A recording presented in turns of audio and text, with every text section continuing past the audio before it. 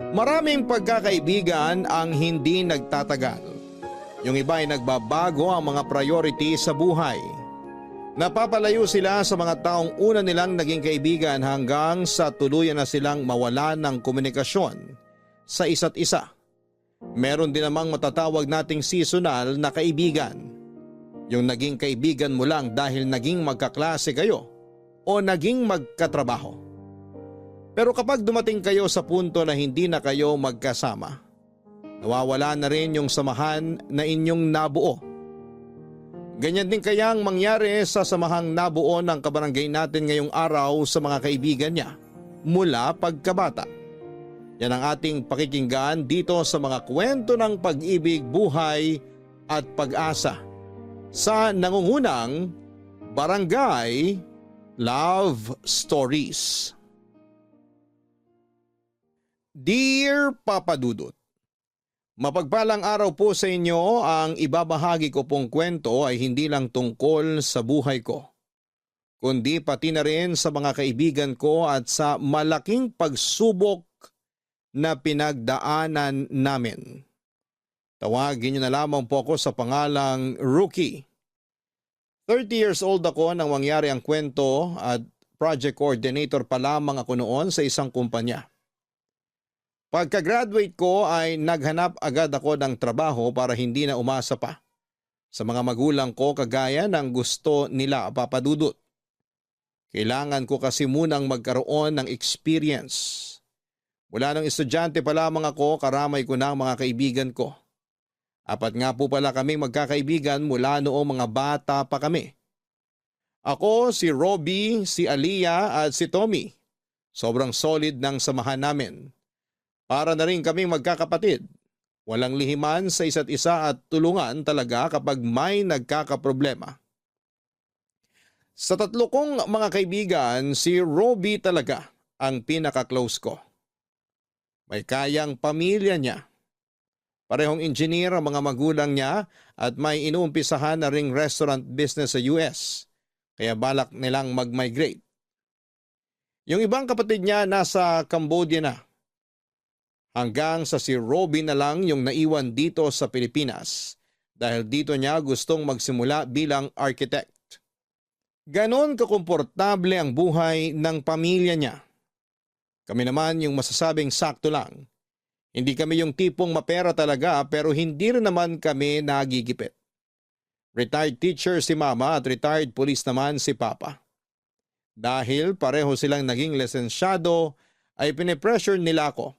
Gusto nila na maging professional din ako, kagaya ng dalawa kong kapatid. Pareho na silang lisensyado. Samantalang ako ay nakadalawang take na ng licensure exam sa architecture, pero hindi pa rin nakakapasa. Pero imbes na magpadala sa lungkot ay nagpapakasaya na lamang ako kasama ang mga kaibigan ko.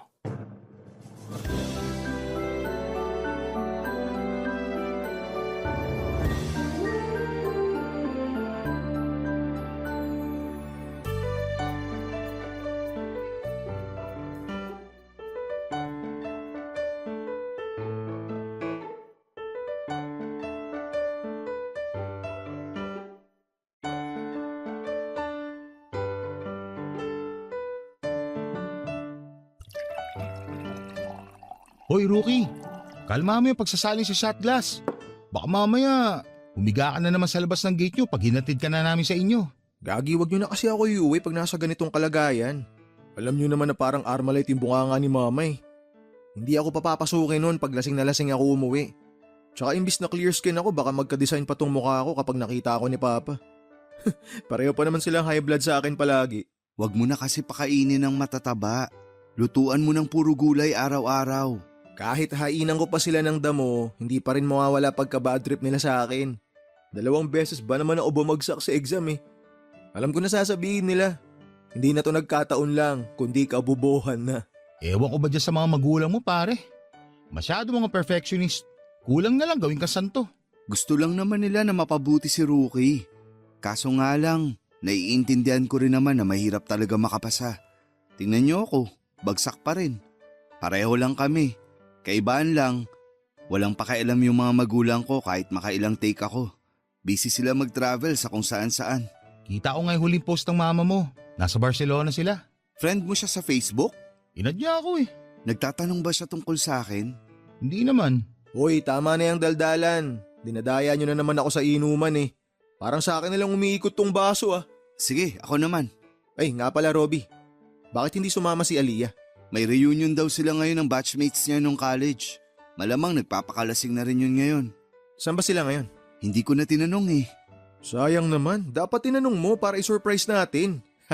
Malay mo, may makilala kami run. Wag na. Kakalbuhin tayo nung pagkatapos ng inuman. Nakalimutan niyo na ba yung ginawa niya sa atin? Nung huling beses tayo nakisali sa banding nila ng mga kaibigan niyang babae? Sabi ko nga, tagal pa naman magpahaba ng buhok. Hirap kasi kay Aliyah. Naturing ang bunso sa ating apat pero disaster yung utak. Huy, girlfriend ko yung pinag-uusapan nyo. Ay, girlfriend mo pala yun? Kala ko kasi kapatid mo lang eh. Mga bully talaga kayo. Sana di na kayo magka-girlfriend. Speaking of girlfriend, hoy Tommy, nasaan yung dinidate mo nung nakaraan? Oo nga no. Gagi, wala na kami nun. Bilis naman. Teka, hulaan ko kung sino nakipaghiwalay. Ikaw no? Sino pa? Sino ba naman tatagal dun? Amoy man dirigma yung hininga. Pinipigilan ko na nga ipaghinga ko pag magkasama kami. Grabe talaga to makapanlait. Amoy pa ang hininga mo tuwing kagigising eh. Ako ba talaga yung kaibigan mo, yung ex ko? Malay mo, may health issues lang kaya ganun. Ikaw talaga. Eh ikaw Rookie, parang wala ka pang ipinapakilala sa amin ah. Tsaka na ako mag-girlfriend pag architect na ako. Ayoko mabasted no? May trabaho ka naman ah. Hindi naman requirement sa panliligaw yung pagiging lisensyado. Architect na kasi yung babaeng gusto kong ligawan eh. Nakakahiya naman kung siya lang yung lisensyado sa amin. May license ka rin naman ah. Driver's license. Mahirap din kayo makakuha nun. Ha, nakakatawa yun. Kanino yun? Anong kanino? Sa'yo kaya yun. Baka mamaya si Aliyah na yan. Pinag-a-update ka na naman. Si Aliyah nga. Pinapapunta ako mamaya sa bahay nila. Ayun lang, lugi tayo ron. Wala tayong jowa. Mamatay kayo sa inggit. Papadudot madalas akong napag-iinitan ng mga magulang ko mula noong nalaman nila na hindi ako nakapasa sa ikalawang pagkakataon noong nag-take ako ng exam. Kaya naman hindi ko rin magawang magka-girlfriend. Ayokong mapahiya sa pamilya ng babaeng nagugustuhan ko noong time na yon dahil mas malaki pa ang sweldo niya kesa sa akin. Sa madaling salita ay wala pa akong may pagmamalaki. Hindi rin suportado ng mga magulang ko ang pakikipagkaibigan kina Robby mula noong mga bata pa kami. Ayaw kasi nila na nababarkada ako. Kahit na ang totoo ay hindi naman talaga sila bad influence. May kanya-kanya kaming kalokohan minsan pero hindi naman idinadamay ang isa't isa. Matapos yung inuman namin, nakitulog na lamang muna ako kina Robby dahil siya na lamang ang nakatira sa bahay nila. Pero kinabukasan lang ay sinalubong naman ako ng masasakit na salita mula kina mama at papa. Sabi nila imbes daw na maghanap ako ng trabaho ay inuuna ko pa ang pag-iinom. Wala raw akong pangarap sa buhay at kontento na lamang sa maliit kong sweldo sa pinagtatrabahuhan ko.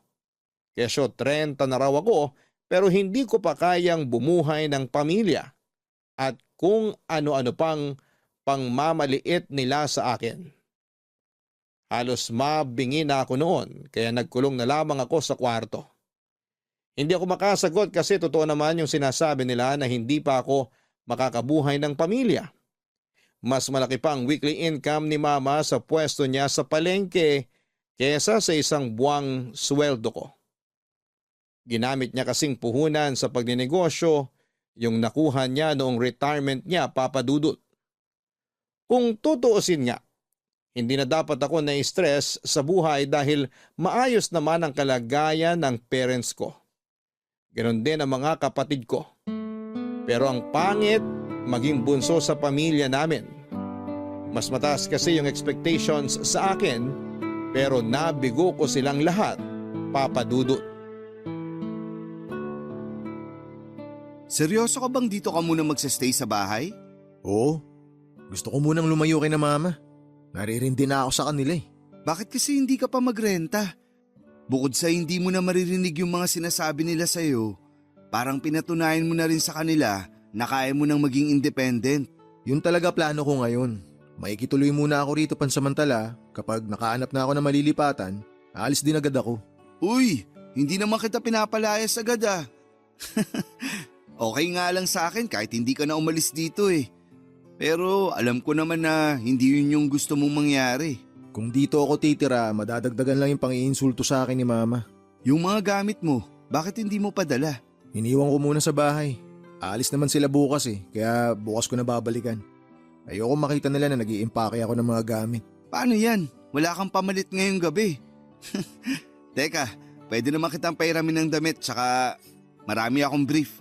Baka naman may hindi ka pa nagagamit dyan. Hingin ko na lang. Wow, wala nang iyaya ah. Hingi talaga?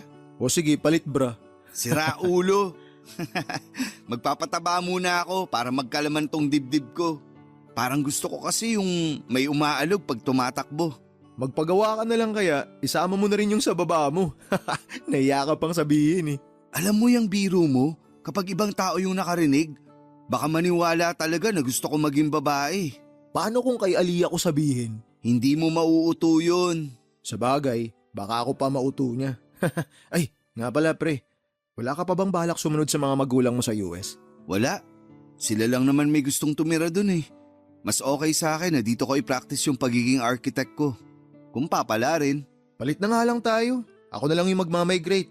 Sigurado mas malaki susweldoin ko ron kesa rito. Depende rin sa trabaho. Saka hindi madali yung buhay dun kung walang tutulong sa'yo. Kung hindi ka susunod sa parents mo, ibig sabihin, sa'yo na talaga iniwan tong bahay? Actually, matagal na ang akin tong bahay. Pinalipat na ni Dad yung titulo sa pangalan ko. Wala na bang ibang kamag-anak dito mga magulang mo? Taga Visayas karamihan sa relatives namin sa mother side. Sa father side naman, nasa US talaga. May mangilan-ngilan lang dito sa Pilipinas pero hindi namin alam kung nasan sila. Hindi rin naman nila kami kinukumusta. Mayayaman naman kasi sila Maraming pinagkakaabalahan sa buhay kaya wala nang pakialam sa ibang kamag-anak. Ay, naisip ko lang. Hindi naman sa hinihiling kong mangyari to pero paano kung magkasakit ka? O kaya may mangyari sa'yo? Makakauwi ba parents mo? Makakauwi naman sila kung gugustuhin nila. Anong ibig mong sabihin? May chance na hindi talaga sila babalik dito para sa'yo? Ganun na nga. Hindi naman ako ganun ka-espesyal sa mga magulang ko kung yun ang inaakala mo. Ni hindi nga nila ako naiisip na kumustahin mula nung mag-migrate sila Nakalimutan na yata nila ako. Baka naman busy lang talaga sila. Paano kung ikaw na lang kaya yung mga musta?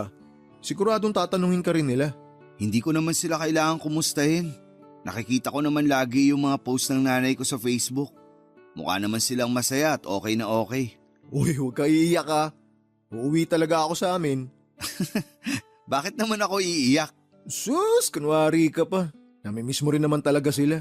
Huwag mo na pigilan yung luha mo. Ako lang naman makakakita Ewan ko sa'yo. Alam mo, mabuti pa. Umorder na lang tayo ng makakain natin. Gutom lang to. Papadudot medyo nalungkot ako noon sa ikinuwento sa akin ni Robbie. Dati kasi naiinggit pa ako sa kanya dahil akala ko okay sila ng pamilya niya. Pero noong naglabas siya ng saloobin tungkol sa mga magulang at kapatid niya na halos wala nang pakialam sa kanya ay na-realize ko na maswerte pa rin pala ako.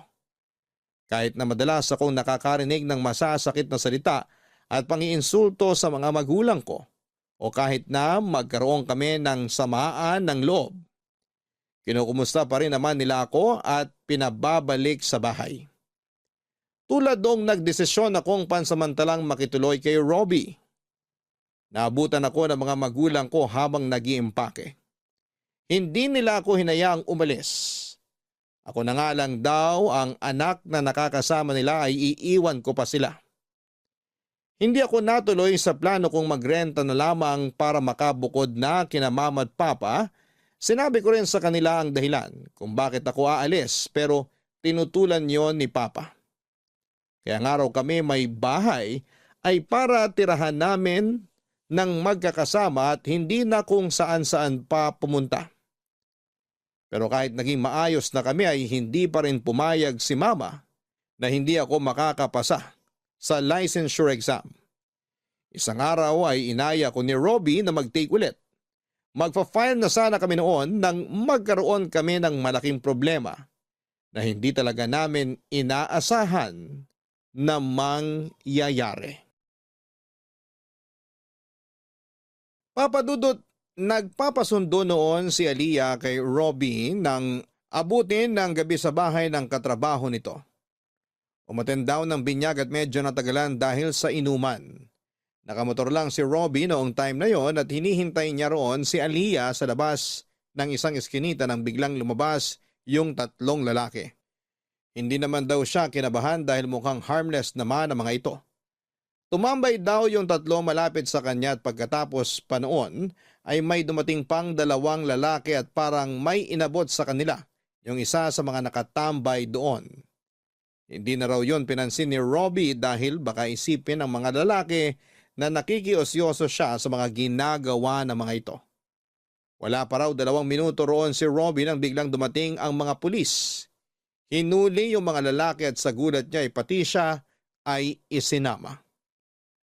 Sakalang nalaman ni Robbie na may nagaganap palang bentahan noon ng nakapaketing droga.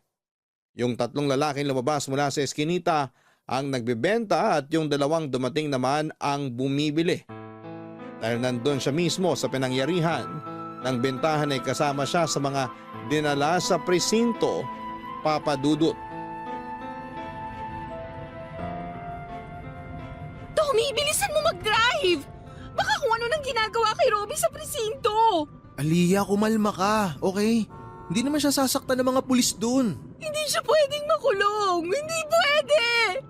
Nandun lang naman siya para sunduin ako eh! Ano ba kasing nangyari? Hindi ka namin maintindihan kanina nung tumawag ka eh. Sabi ni Robbie, huminto lang siya dun sa may iskinita para abangan ako. Tapos lumabas daw yung mga lalaki. Hindi naman daw niya alam na nagbebentahan na ng drugs yung mga yun. Kung ganun, mukhang inaabangan na talaga ng mga pulis yung mga lalaki tinutukoy mo. Tapos nagkataon pa nando si Robbie. Kahit sabihin niya na hindi niya kilala yung mga lalaking yun at hindi naman siya involved sa bintahan, hindi siya paniniwalaan. Mabigat na kaso pa naman pag may kinalaman sa drugs. Kasalanan ko to eh. Hindi na sana ako nagpasundo sa kanya. Napahamak patuloy siya ng dahil sa akin. Ano ka ba? Walang may kasalanan sa nangyari. Wala namang may gusto nun eh. Tsaka kilala mo naman si Robbie. Hindi nun nahayaan na umuwi ka mag-isa. Kaya kahit hindi ka magpasundo, pupuntahan ka pa rin niya. May kaibigang abogado yung tatay ko. Kakausapin ko siya para matulungan si Robbie. Kayang-kaya naman ng pamilya niya na kumuha ng abogado eh. Ang problema, kung paano niya malulusutan yung ikakaso sa kanya kung sakali. Wala bang CCTV dun sa pinuntahan niya? Makakatulong yun kung sakali. Oo nga, kailangan natin pumunta ron mamaya. Pero sa ngayon, puntahan muna natin siya sa presinto. Kailangan niya tayo. Wala na dito sa Pilipinas yung pamilya niya. Walang ibang tutulong sa kanya kundi tayo lang. Basta guys, hindi natin iiwan sa ere si Robbie. Gagawin natin lahat para makalaya siya. So, sino yung tatawag sa parents niya? Ako na. Alam naman nilang ako yung girlfriend eh. Tatawagan ko sila mamaya kapag alam na natin ang status ni Robbie sa presinto. Sana talaga hindi siya makulong. Hindi siya dapat nandun. Makakawalan nila si Robbie. Tsaka kung sakali, kayang-kaya naman nilang kumuha ng abogado para sa kaso niya eh. Alam ko, pero ang inaalala ko lang, mabigat na kaso kapag involved yung drugs. Paano kung hindi siya makalabas agad? Wala akong alam sa batas-batas na yan. Pero wag muna tayo magpalamon sa kanigahan. Kailangan tayo ni Robbie. Hindi natin pwede ipakita sa kanya na pinanghihinaan tayo. Sa atin siya kakapit kasi nga wala naman siyang pamilya rito. Tama si Tommy. Tsaka kahit malaman ng parents niya yung nangyari sa kanya, hindi pa rin naman sila makakauwi dito agad-agad. Aliyah, ikaw yung girlfriend niya kaya sigurado ikaw yung pagkakatiwalaan ng parents niya. Oo, kaya nga kakausapin ko sila mamaya. Ako yung dahilan kung bakit nalagay si Robbie sa ganong sitwasyon, kaya hindi ko siya pababayaan. Kahit ako pa ang maghanap ng abogado para sa kanya, gagawin ko yon. Nandito naman kami, sasamahan ka namin. Basta ako, pwede akong on-call driver niyo. Ako nang bahala sa mga gamit ni Robbie. Thank you guys. Sana hindi kayo sumuko sa kanya.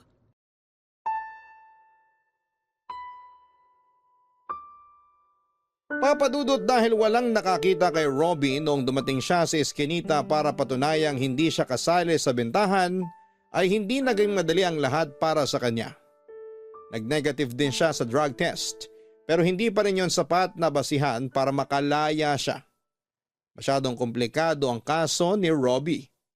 Mahigit 50 grams na drugs ang nakuha sa mga lalaking hinuli kasama niya. Kaya naman kahit may abogado siya ay mabagal ang naging pag-usad ng kaso. Nangyari na nga po noon ang kinakatakutan namin, Papa Dudut. Nakulong si Robbie at hindi pa namin alam kung hanggang kailan siya roon. Komplikado na nga ang kaso niya, nagkaroon pa ng mga aberya. Kaya naman wala na kaming magawa noon kundi ang palaging bisitahin siya sa kulungan at ibigay lahat ng mga kailangan niya na pinapayagang ipasok doon. Natakot kami para sa kanya dahil sa mga napapanood namin na binubugbog at binibinyagan sa loob ng kulungan. Mabuti na lang at mababait ang mga nakakasama niya sa selda. Palagi namin silang dinadamay sa mga pagkain at mga gamit na dinadala namin para kay Robbie para hindi siya galawin sa loob. Nang malaman ng mga magulang ko na nakulong si Robbie ay pinagsabihan ako ng tatay ko at sinabihang dumistahan siya sa mga kaibigan ko. Hindi raw kasi maganda sa imahe ko kung mapapasama ako sa ganong klase ng mga kaibigan. Nagalit pa ako noon at hindi ko na napigilang sagutin ang tatay ko. Para depensahan si Robbie, humingi ako ng tawad sa ginawa kong yon, pero nanindigan ako sa kanila. Na inosente ang kaibigan ko at makakalaya rin ito. Pero nung umabot na ng 3 taon ang pagkakakulong ni Robbie, may isa sa amin ang ginusto ng sumuko, Papa Dudut. Kumusta ka? Nangangayayat ka. Nakakatulog ka pa ba ng maayos? Mula nung makulong si Robbie, hindi ko na alam kung paano pa makakatulog ng maayos. Halos gabi-gabi ako nakokonsensya dahil sa ginawa ko. Palagi kong sinisisi yung sarili ko sa nangyari sa kanya. Sinabi ko naman sa'yo, di ba? Hindi mo kasalanan yun. Hindi rin gusto ni Robbie na sinisisi mo yung sarili mo. Pero ilang taon na siyang nakakulong. Hindi ko ma-imagine yung hirap na nararanasan niya sa loob. Yung tipong nasanay siya sa komportabling buhay tapos biglang andun na siya sa sitwasyong kinakailangan niyang magtiis ng sobra-sobra. Mabaho, masikip, madumi, at maingay sa kulungan. Hindi ko nga alam kung nakakaligo pa ba siya ron na nakakakain ng maayos. Ay, kumalma ka lang. Ipahinga mo rin kasi ang isip mo. Hindi mo naman kailangan saluhin lahat. Pero wala sa pamilya niya yung may planong umuwi para mag-asikaso ng kaso niya. Iniasa na nila lahat sa akin at sa abogadong kinuha nila para kay Robbie. Binigyan nga nila ako ng authorization para mag-asikaso kasama ng abogadong kinuha nila. Pero parang ako na lang yung lumalaban para sa kanya bukod sa inyo ni Tommy. Oo, nagbibigay sila ng pera pero hindi sapat yun. Kailangan din ni Robbie yung presensya nila. Kaso wala eh. Kanya-kanya sila ng dahilan. Pasensya na raw muna kasi hindi nila pwedeng iwanan yung kasisimula lang nilang negosyo sa US. Yung mga kapatid naman niya busy rin sa mga trabaho nila. Nararamdaman ko malapit na makalaya si Robbie. Konting tiis na lang. Parang hindi ko nakakayanin to. Anong ibig mong sabihin? Yung sa amin ni Robbie. Paano kung matagalan pa ulit siya bago makalaya? Paano na ako? Pangarap ko rin namang makabuo ng pamilya. Nangako tayo, di ba? Nahihintayin natin siya. Pero nahihirapan ako. Hindi ko na siya nakakasama. Habang tumatagal parang nawawala na ako ng gana sa relasyon namin. Nawala namang kasiguraduhan. Na hindi ko nga alam kung okay pa lahat kapag nakalabas na siya. Alam ko napapagod ka na kaya mo naiisip yung mga ganyang bagay. Pahinga ka muna. Kami na muna bahala kay Robbie. Focus ka sa trabaho mo. Kami muna ni Tommy yung bibisita sa kanya tsaka magdadala ng mga kailangan niya. Hindi namin siya pababayaan. Salamat ah. Sana hindi kayo sumuko ni Tommy. Kami? Susuko? Malabo yun. Kung pwede nga lang na palit na lang kami ng sitwasyon eh. Pag nagkataon, sigurado susugod agad yung mga magulang ko. Hindi sila titigil hanggat di ako nakakalaya.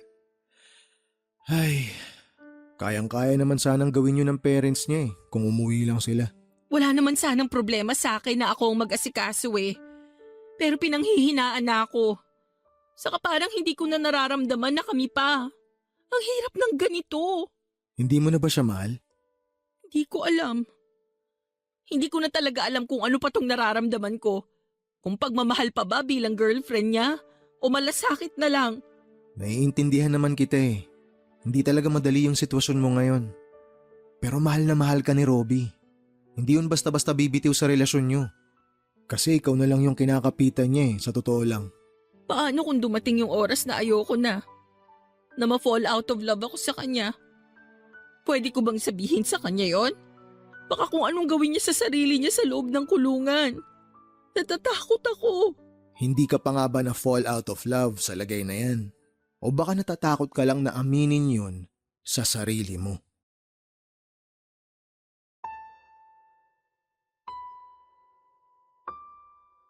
Papadudot, hindi ka agad nakasagot si Aliyah sa tanong kong yon. Pero kahit na hindi niya sabihin sa akin ay alam ko na unti-unti na siyang bumibitaw sa relasyon nila ni Robbie.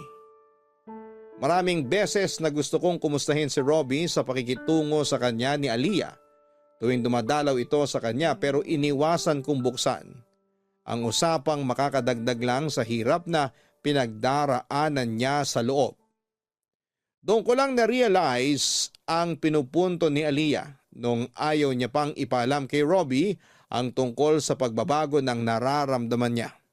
Tuwing dumadalaw kami kay Robbie ay dinadaan na lang namin sa biruan ang kumustahan. Biniro pa namin siya noon na kung pwede lang sana kaming mag-ipon ng picture namin tuwing dinadalaw namin siya, ay gagawan pa namin yon ng album para ipakita sa paglabas niya. Nag-request siya noon ng mga gamit para sa mga preso na ikinonsulta muna namin sa management. Palagi rin namin siyang dinadalahan ng malambot na unan, mga pagkain gusto niya at kung ano-ano pa tuwing dumadalaw kami sa kanya, para hindi niya ganong maramdaman na nakakulong siya. Kung madalas ang pagdalaw namin, siya namang pagdalang ng pagpunta ni Aliyah. Noong time na yon ay pauwi na ang kapatid ni Robin na nasa Cambodia para ito na mismo ang mag-follow up sa kaso. Pero habang hindi pa ito nakababalik ay pinagpapatuloy ni Aliyah ang mga kailangang gawin.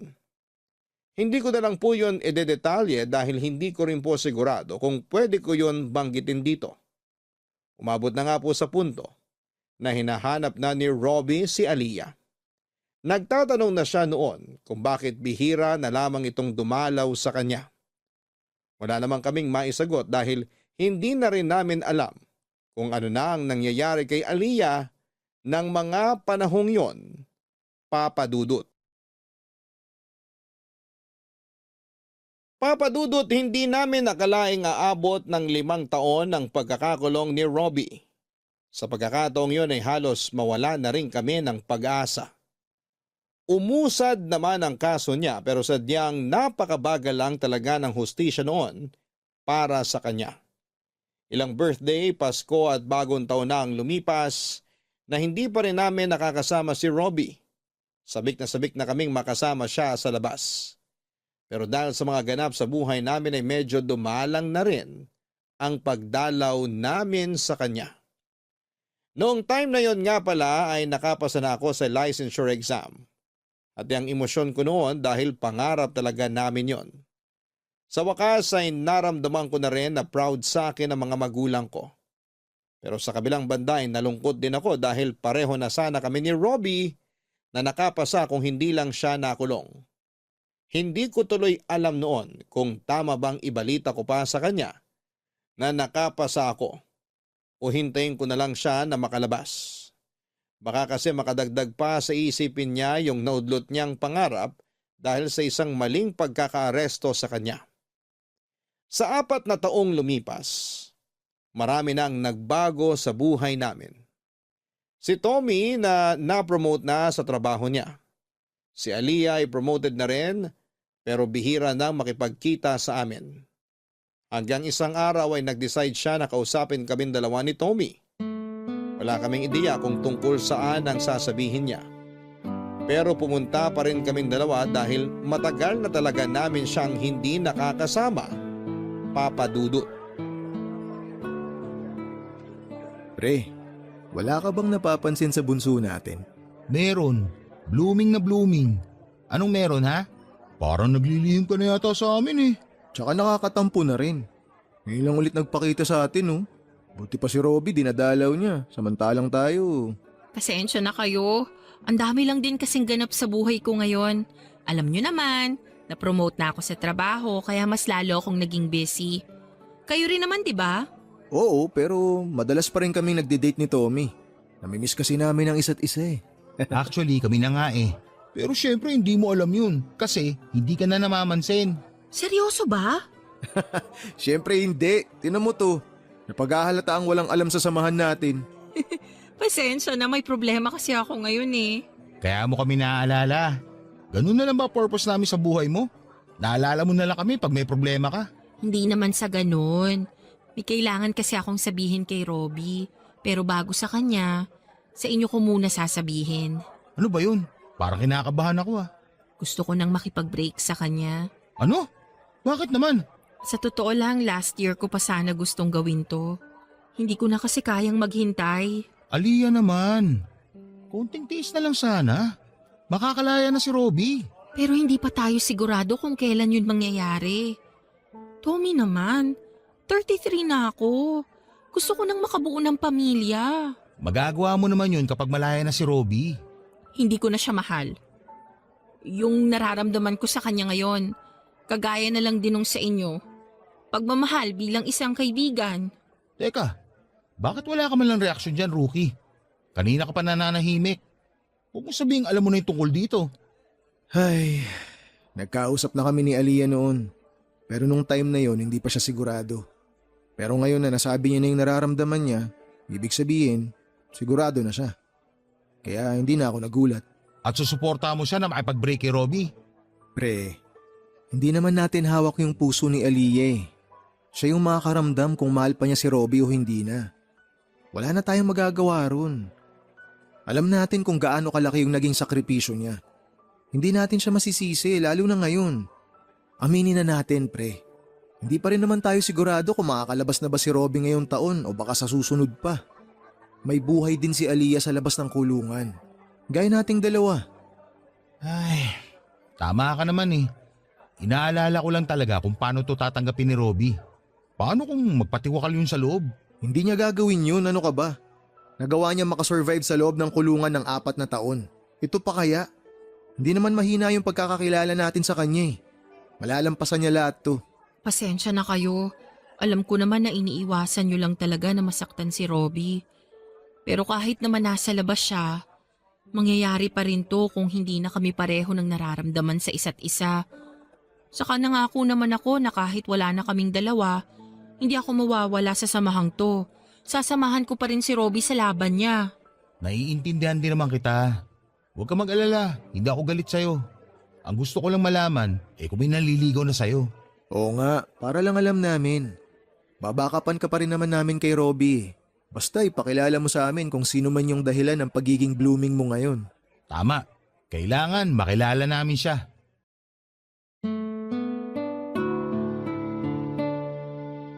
Papadudot inamin sa amin ni Aliyah na may iba na siyang nagugustuhan. Pero hindi pa naman daw ito nanliligaw sa kanya. Hindi raw siya magpapaligaw hanggat hindi natatapos ang namamagitan sa kanila ni Robbie.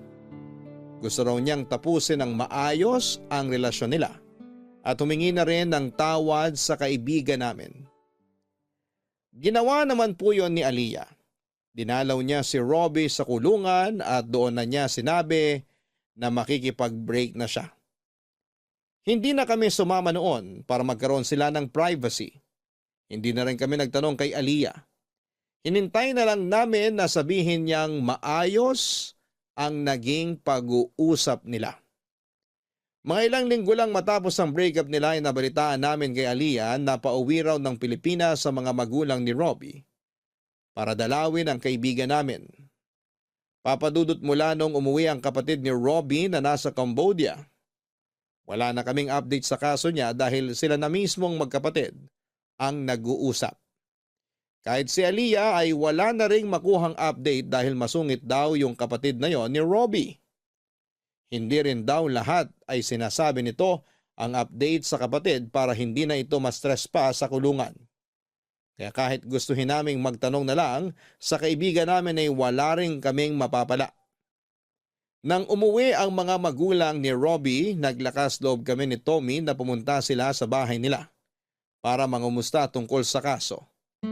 Pero imbes na makakuha ng update ay nakatanggap pa kami ng masasakit na salita mula sa kanila dahil mga bad influence daw kami sa anak nila. Sinabi talaga sa inyo ni na mami yun? Oo, pero huwag kang mag-alala. Wala naman yun sa amin. Lalo na sa akin. Immune na kaya ako sa mga ganun ni mama at papa. O ano, kumusta nga pala kaso mo? May balita na ba?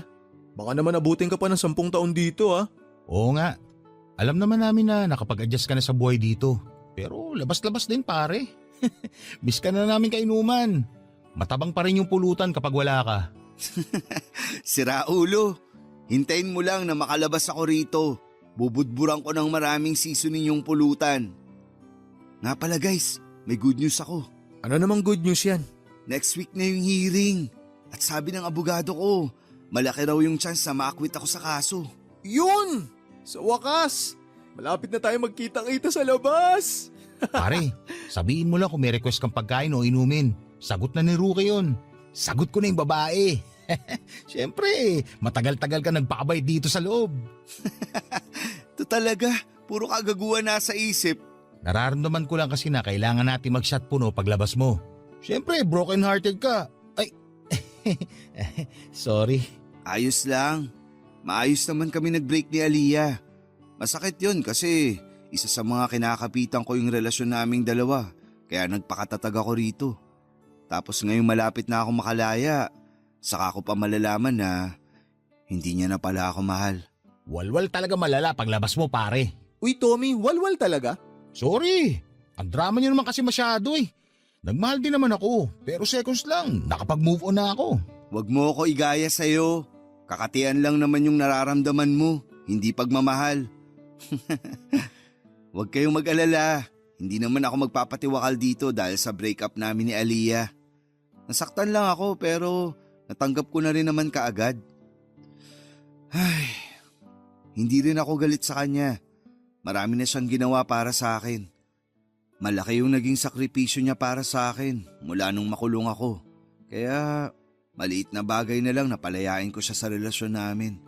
Deserve niya yun. Narinig mo yon Tommy? Si Robbie dapat yung tinutularan mo. Hindi yung gumaganti ka pa sa mga babae na ipag-break sa'yo. Sige, pagtulungan niyo ako. Pag-aagawan ko talaga kayo ng rebulto. Pero seryoso, nakilala niyo na ba yung manliligaw ngayon ni Aliyah? Ayun, interesado rin pala sa bago ni Aliyah. Ako na sasagot. Oo, nakilala na namin. Mas gwapo sa'yo. Ano? Mas gwapo sa akin? Patingin nga ng picture. Loko, binibiro ka lang. Hindi pa namin nakikita. Bakit interesado kung makilala yung bago? Kakausapin mo ba tapos magbibiling ka na ingatan si Aliyah kasi iningatan mo siya nung kayo pa? Oh, nakakatouch yung sobra. Alam mo pare, kanina pa sana kita sinikmuraan kung wala lang bantay dito. Hanggang ngayon, siraulo ka pa rin eh. Paano ka na-promote sa lagay na yan ha? Siguro ikinama mo yung… Hoy, huwag kang judgmental. Pinaghirapan ko yun no. Deserve ko ma-promote. Pero syempre, hindi mo awala yung mga babae naglalaway sa akin sa opisina. Napakayabang mo talaga. Hintay ka lang na makalabas ako. May sasapaw na ulit sa'yo. Papadudot 1 linggo na lang ang hinihintay namin para makalaya si Robbie kaya inihanda na namin ang sorpresa namin sa kanya. Noong time na yon kasi balak na sanang bigyan ni Aliyah ng chance yung bago niyang manliligaw. Pero tuwing lumalabas daw sila para mag-date ay si Robbie pa rin ang naaalala niya. Hanggang sa kinausap nga namin siya at sinabing malaki ang chance na makalaya na ang kaibigan namin. Nag-isip-isip noon si Aliyah at umiyak pa siya sa amin ni Tommy noong sabihin niyang hindi pa talaga buo ang loob niya na magkaroon ng bagong karelasyon kahit na wala na sila ni Robbie. At noong tanungin namin siya kung ano ang dahilan ay napakasaya namin noong sinabi niya na hindi pa rin niya kayang palitan si Robbie sa buhay niya. Parang kinailangan lang niya noon ng panahon para makahinga kaya hiniling niyang makawala na sa relasyon nila. Pero sa halip na bigyan ng chance ang sarili niya na kumilala ng ibang lalaki, ay parang mas lalo pa niya na na-realize na mahal pa rin niya si Robbie. Dahil doon ay naghanda kami ng sorpresa para sa kaibigan naming lalaya na sa kulungan. Isang special date para sa kanilang dalawa ni Aliyah. Pero hindi lang yon simpleng date dahil balak nang mag-propose ni Aliyah kay Robbie. Sinuportahan namin yon. Alam naman kasi namin na sila talaga ang bagay sa isa't isa. Kung si Robbie ang makakatuluyan ni Aliyah, hindi na kami mag-aalala na baka mapunta siya sa maling tao.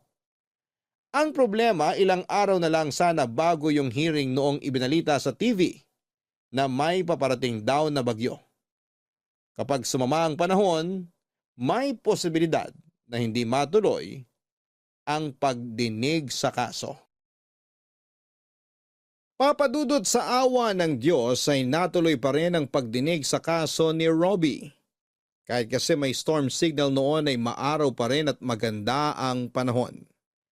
Para naghimala po talaga noong araw na yon matapos ang hearing ay sobrang saya naming lahat noong sa wakas ay acquitted na si Robbie sa kaso.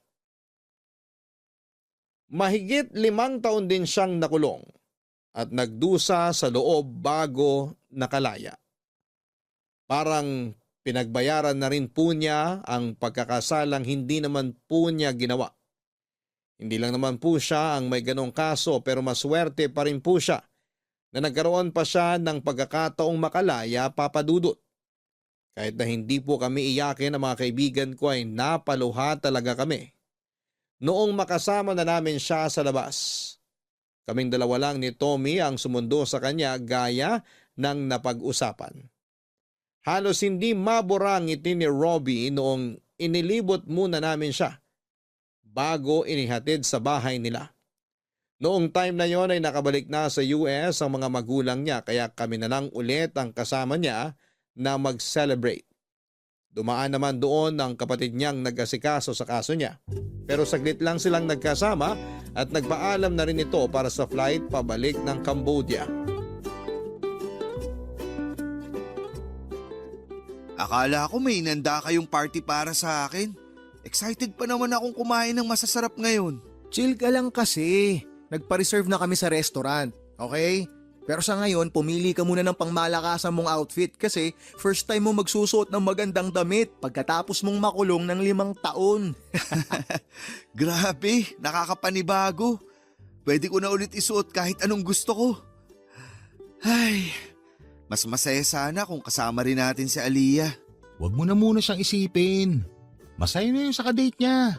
Kaya nga kami nandito kasi kami muna yung date mo. Kung di sana siya nakipag-break sa akin, bala ko na sanang mag-propose sa kanya. Oh, sad boy. Walang iyakan mamaya inuman lang. Ako iiyak? Tanggap ko na yun. Wala naman akong choice kundi maging masaya na lang para sa kanya. Alangan namang magwala ako sa date nila nung bago niyang manliligaw. Mas nakakahiya naman ata yun. Hindi lang yata, nakakahiya talaga pre. Pagkatapos ng celebration natin mamaya, matutulog ako kahit anong oras ko gusto. Grabe, namiss ko talaga yung malambot kong kama at maraming unan. Ay, yung higaan namin dun, sobrang sikip. Nagkakaamuyan na nga kami ng mga hininga namin. Di uso yung personal hygiene kasi kapos kami sa tubig. At least ngayon, hindi mo na kailangan magtipid. Magagawa mo na ulit lahat ng gusto mo. Pwede ka na rin makipaglandian sa mga babae. Wala na magbabawal. Single ka na, di ba? Alam mo ikaw, wala ka na talagang nasabing matino. Puro kakalokohan. To naman, nagsasuggest lang naman ako. Kasi nga di ba, mahigit 5 taon kang tagtuyot doon. Sayang naman yung magandang lahi nyo kung hindi mo ikakalat. Saka ako naiisipin yan kapag nasa kondisyon na akong sumabay sa mga kalokohan mo. Hindi ka naman siguro mauubusan. Nga pala, mga pare, gusto ko sana mag-exam ulit. Ay, sayang yung 5 taon. Ang dami ko na sanang na-achieve nun kung hindi lang ako nakulong. Kaya mo, tutulungan kita. Architect na yata atong tropa mo. Aba, yabang ah. Teka, okay na ba kayo ng parents mo? Hindi na ba sila laging high blood sa'yo? Ang totoo, isa yun sa mga gusto kong ikwento sa'yo. Bago pa kasi ako makapag-exam, nagsorry sa akin sina mama at papa dahil nga hinusgahan ka nila. Nung nakapasa na ako, ayun, mas lalo ko napatunayan sa kanila na hindi ka bad influence sa akin. Kaya kapag nagkaroon ka ng oras, okay ka na, baka naman pwede kang pumasyal sa bahay para makabawi naman daw sila sa'yo. Ano ka ba? Hindi naman nila kailangang bumawi sa akin. Actually, naiintindihan ko nga sila eh. Nakakapangit kasi ng image kung may kaibigan kang dating preso. 'Di ba? Matagal nang pangit yung imahe ko, gawa nung isang playboy dito. Yung ginagawang hotel yung bahay nila, yon ang guilty. Ayoko sanang maging madrama ngayon pero sobrang namiss ko yung ganito. Kahit wala na akong ibang narinig kay Tommy kung hindi ka bastusan at kalokohan. Diyan ka naman nagkakamali, pre. Alam mo ba, nung dinala ka sa presinto, marami siyang matinong sinabi. Tsaka nung gusto nang makipag-break ni Aliyah sa'yo, hindi mo makikilala tong kaibigan nating to sa mga sinasabi niya. Ayaw pumayag na maghiwalay kayong dalawa eh. Totoo ba yun, pre? Nakakahiya man pero oo, totoo yun. Siyempre, kahit anong mangyari, number 1 fan pa rin ako ng love team nyo. Pero dahil hiwalay na kayo, magwalwal na lang tayo. Papadudot mong akala talaga ni Robbie ay pinagpalit na siya ni Aliyah. Pero ang totoo ay dinala namin siya noong gabing yon sa restaurant kung saan sila unang nag-date. Hindi siya makapaniwala na ideya ni Tommy ang romantic date na yon para sa proposal. Pinagsisihan ni Aliyah ang ginawa niyang pagsuko sa relasyon nila ni Robbie. At matapos nga ang madamdamin nilang pag-uusap ay doon na nag-propose ang bunso namin. Kitang-kita namin ang pagkagulat sa mukha ni Robbie dahil hindi niya talaga inaasahan na babae pa mismo ang magpropose sa kanya. Kahit hiyang-hiya siya sa sorpresa namin sa kanya, ay tinanggap niya ang proposal ni Aliyah. Pero hindi siya pumayag na hindi niya maibibigay ang engagement ring na matagal na niyang gustong bilhin para sa sanay proposal niya. Makalipas ang ilang buwan ay nagpakasal sina Robbie at Aliyah sa Huwes. Parents lang sana nila ang kasama sa kasal pero dahil pamilya na rin ang turing ni Robbie sa amin ni Tommy ay kasama kami sa seremonyas ng kasal. Yung ibang bisita ay sa reception na lamang nagkita-kita. Sa simbahan sana nila gustong ikasal pero hindi naman pwedeng madaliin ng preparation. Minadali ng mga magulang ni Aliyah ang kasal noong nalaman nilang buntis na pala siya. Papadudot kahit noong mga anak na si Aliyah ay nandun pa rin kaming mga kaibigan niya. Memorable ang araw na yon dahil nahimatay si Robbie nang makita niyang pumutok na ang panubiga ng asawa niya. Safe namang nailabas yung bata pero matapos yon ay hindi namin inaasahan na magkakaroon pala kami ng problema. Nagkaroon kasi ng severe postpartum hemorrhage si Aliyah at kinailangan siyang salinan ng dugo. Laking pasasalamat na lang namin noon dahil pareho kami ni Aliyah ng blood type kaya nakapag-donate kaagad ako. Saka lang kami nakahinga ng maluwag noong bumudi na ang kalagayan niya.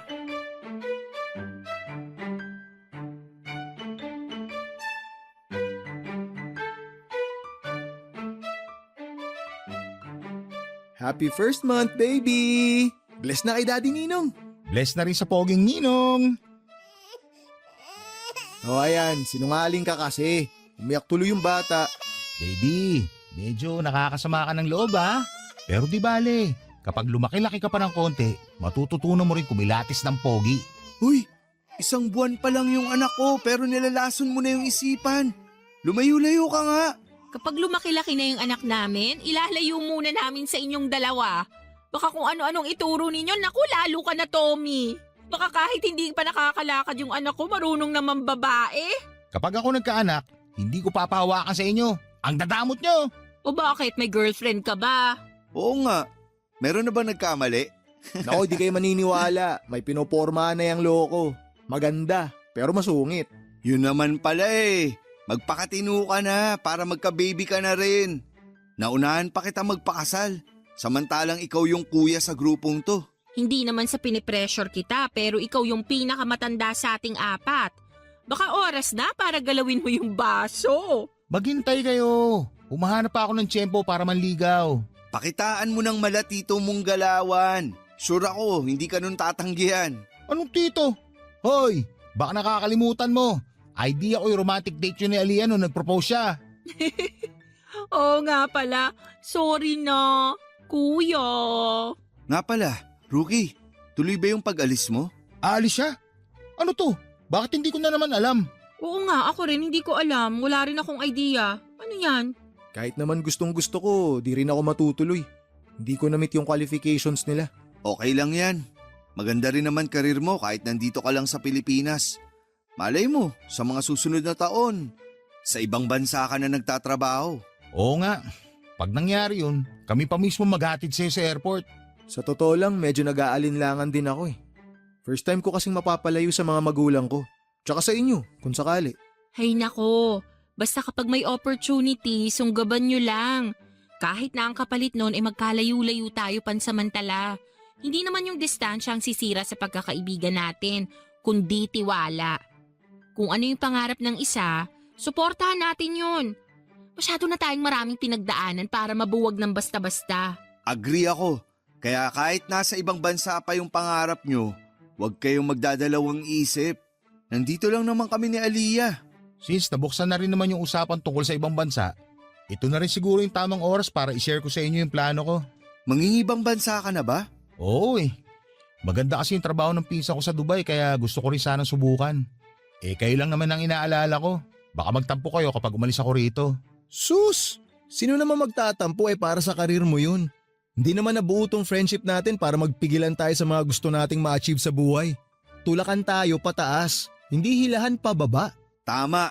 Kaya mula ngayon, wala nang liman. Kung ano yung plano nyo, safe na safe kayong i-share sa grupo. Ako nga may plano pa rin bumalik sa trabaho ko pag pwede nang paalagaan si baby. Bumubuelo lang ako ngayon pero marami pa rin akong gustong ma-achieve. Kami ni Robbie. Magiging architect pa siya eh. Di ba mahal? Yak! Dito pa kayo nagtawagan yan. Respeto naman sa manliligaw pa lang oh. Huwag kasing babagal-bagal para hindi nauunahan ng bunso. Papadudot kung nagkatuluyan ang dalawa naming kaibigan at nagkaroon na rin ng matinong babaeng nililigawan si Tommy, sa wakas ay nagkaroon na rin ako ng lakas ng loob. Naligawan yung babaeng matagal ko nang nagugustuhan. Ipinakilala ko na siya sa mga kaibigan ko at botong-boto naman sila para sa aming dalawa. Hindi nagtagal ay sinagot na rin niya ako at hindi na namin pinahaba pa yung ligawan at pagiging mag-boyfriend at girlfriend.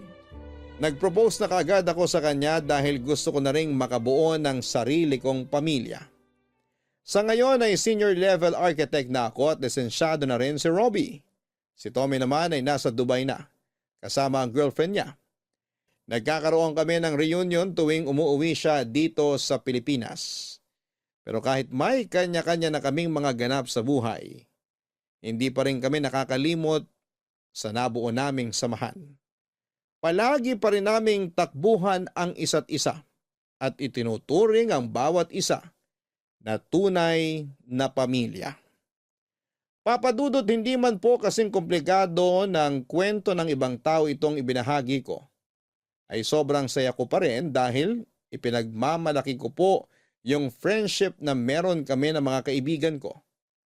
Si Robbie po sana ang susulat sa inyo pero nag-decide po kami na ako na lang ang magkwento ng lahat. Sana po kahit papaano ay nakapaghatid ng positive vibe at inspirasyon ang kwento namin. Hanggang dito na lamang po at maraming salamat sa Barangay LS. Ang inyong forever kapuso at kabarangay, Rookie. Mga kabarangay, may mga samahan talaga na hindi madaling matibag ng kahit na anong pagsubok sa buhay. Gaya na lamang ng kwento ng sender natin na si Rookie, maswerte ang taong kagaya niya na nasa tamang circle ng mga kaibigan. Masaya sa pakiramdam na kahit maraming pangyayari sa buhay mo, ay may mga tao pa ring hindi ka iiwan sa ere. Ano man ang mangyari, walang inggitan at walang hilahan. Dahil sosuportahan ka nila sa mga pangarap mo, kahit na ang kapalit nito ay ang pagkawatak-watak ninyo.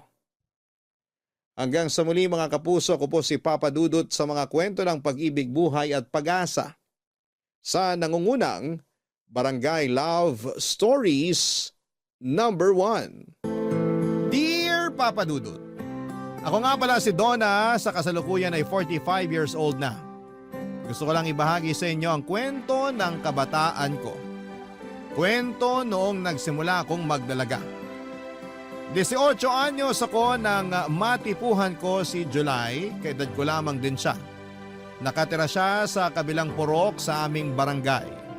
Bagong salta lamang siya noon sa probinsya namin, Papa Dudut. Nabalitaan kong galing pa siya sa Maynila at nung nagkahiwalay ang mga magulang niya, sinama siya ng kanyang 50 anyos na tatay sa probinsya namin. Doon na sila tumirang dalawa.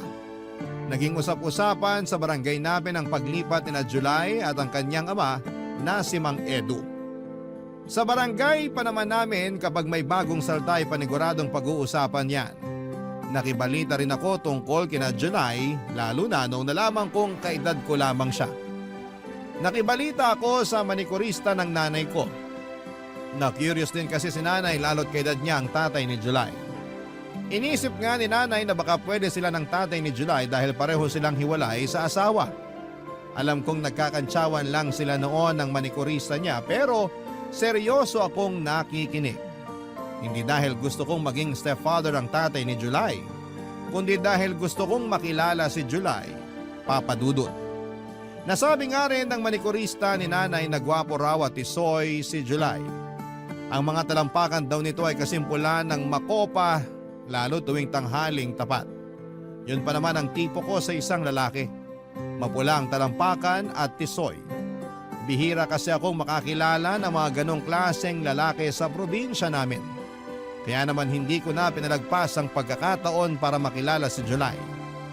Pinuntahan ko siya sa bahay nila, Papa Dudut.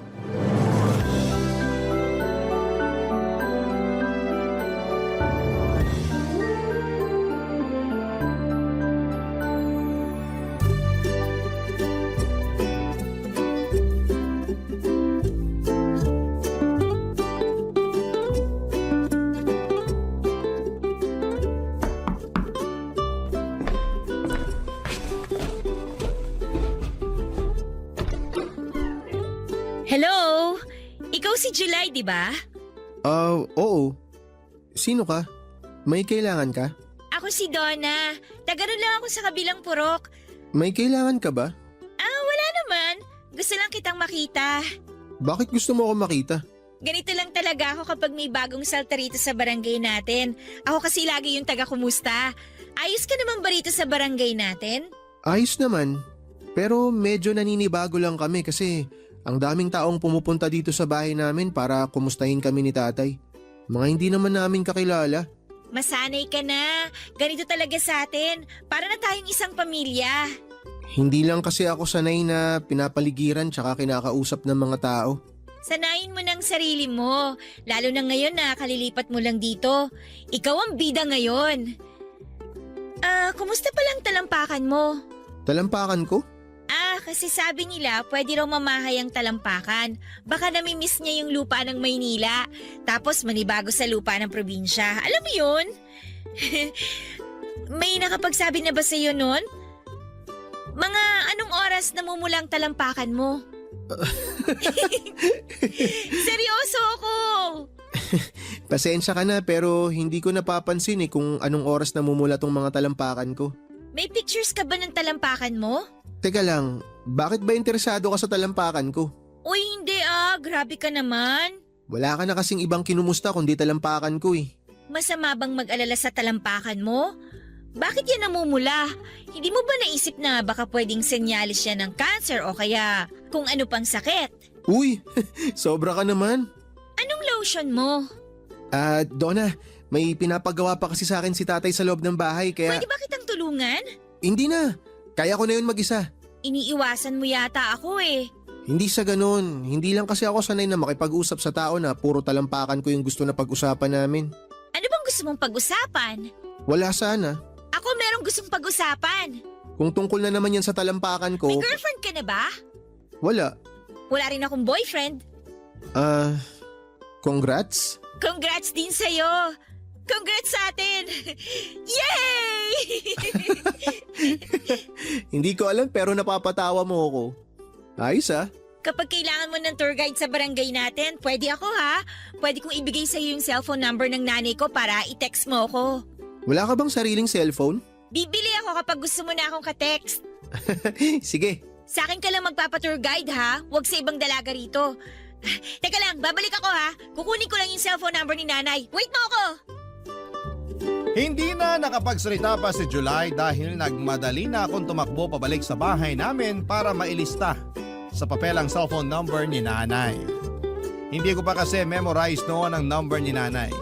Bago bumalik sa bahay ni na July ay naglotion pa ako ng braso at siko ko.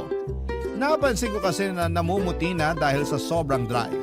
Nagsuklay na rin ako at nakihingi ng baby cologne kay nanay. Nang bumalik ako sa bahay ni na July ay inabot ko na sa kanyang number ko. Napatingin ako sa talampakan niya pero nakasuot na siya ng medyas. Nalungkot ako pero alam kong sinadya niya yon dahil marahil naiilang na siya na yun ang una kong topic na gustong pag-usapan nang makilala ko siya. Nagpaalam na rin ako kaagad sa kanya at sinabi ko sa kanya na hihintayin ko ang text niya. Tumango lamang siya at ngumiti papadudot. Sinarado na rin niya ang pintuan pagkatapos. Nanatili siguro ako ng ilang minuto sa labas ng bahay nila bago ako nagpasyang umuwi ng bahay. Nakangiti at panay ang huni ko ng paborito kong love song habang sinasabayan ko ng pilit na sayaw. Napansin yun ni nanay at saktong kakatapos lang magsaing ni nanay kaya may oras ito para kausapin ako sa napansin niya sa akin. Close kami ni nanay, lalo na nung nawala na si tatay sa buhay namin. Wala akong naitagong sekreto kay nanay, siyang best friend ko. Sinabi ko sa kanyang lahat-lahat, lalo na yung pagkakakilala namin ni July. Sa kanya ko talaga unang sinabi ang tungkol doon. Wala rin naman kasi akong ibang kaibigan na mapagsabihan. Talagang si nanay lang ang tinuturing kong kaibigan sa buhay ko. Masaya akong nagkwento sa kanya, masaya rin siyang nakinig sa akin. Pinag-usapan namin si July habang umiinom kami ng instant coffee, papadudot.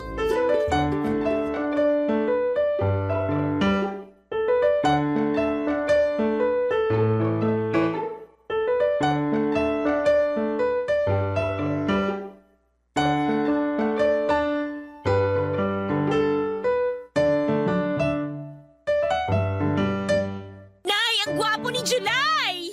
Talaga bang mapulang talampakan niya? Sa susunod ko na makikita.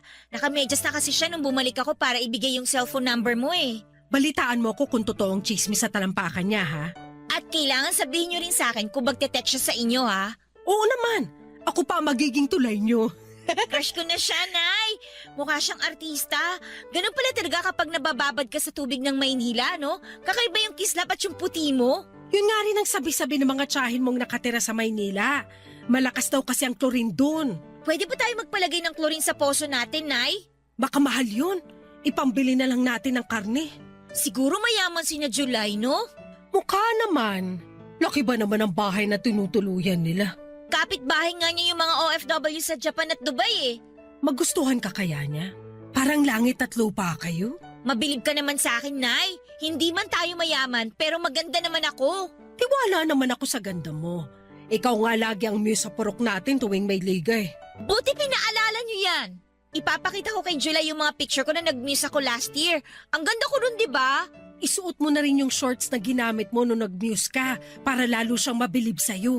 Hindi na kasya sa akin yun eh. Tumaba na ako. Isusuot ko na lang yung bestidang pinagsisimbang gabi ko. Yung kulay dilaw. Nagmumukha kang may hepa sa bestida na yun. Mag-shorts ka na lang. Makinis naman ang hita mo. Nay, pag niligawan ko ba siya, may tsansa kaya ako? Oo naman. Wala sa lahi natin ang nababasted. Para kasing naiilang siyang kausap ako eh. Nandibago lang siguro. Sanayin mo lang sa presensya mo. Ano kayang pwede kong ibigay sa kanya kapag manliligaw na ako? Magluluto ako ng champurado bukas. Hatiran mo siya. Lalagyan ko ng maraming ebap. Sige nga, Nay. Sasabihin ko na ako ang nagluto. Mahilig naman ang mga lalaki sa babaeng magaling magluto, di ba? Diyan ko nadali ang tatay mo. Paano niyo po napa-inlove si tatay? Lagi ko siyang binibigyan ng gumamela. Yung tanim ng lola mo noon, Bago maubos ang bulaklak ng gumamela ng lola mo, napasagot ko na ang tatay mo. Wala naman tayong gumamela rito sa bakuran eh. Ano kayang pwede kong ibigay sa kanya? Wala pa namang namumungang bulaklak ngayong buwan dito sa atin. Bibigyan na lang kita ng pera para bumili ka na lang ng bulaklak sa palengke, kahit yung mura lang. Hindi ako marunong bumili ng bulaklak, Nay. Basta pakiramdam mo lang kung ano yung bulaklak na magpapakilig kay July. Pwedeng rosas, sampagita o orchid. Mapapasagot ko rin kaya si July tulad nung nangyari sa inyo ni tatay? Oo naman! Malaki ang tiwala ko sa mga bulaklak. Kaya bukas, agahan mong pumunta sa palengke para makapili ka pa ng bulaklak. Dadagdagan ko para makabili ka rin ng candy na iaabot mo sa kanya. Marami roon sa palengke yung kinikilo ng mga candy. Tsaka pwede kong balutin ng ribbon yung bulaklak, no? Para presentable. Ayan! Tama yan! Planuhin mo ng maayos ang panliligaw mo kay July. Ipagtitiri kita ng kandila pag nagsimba ko sa linggo. Teka sandali.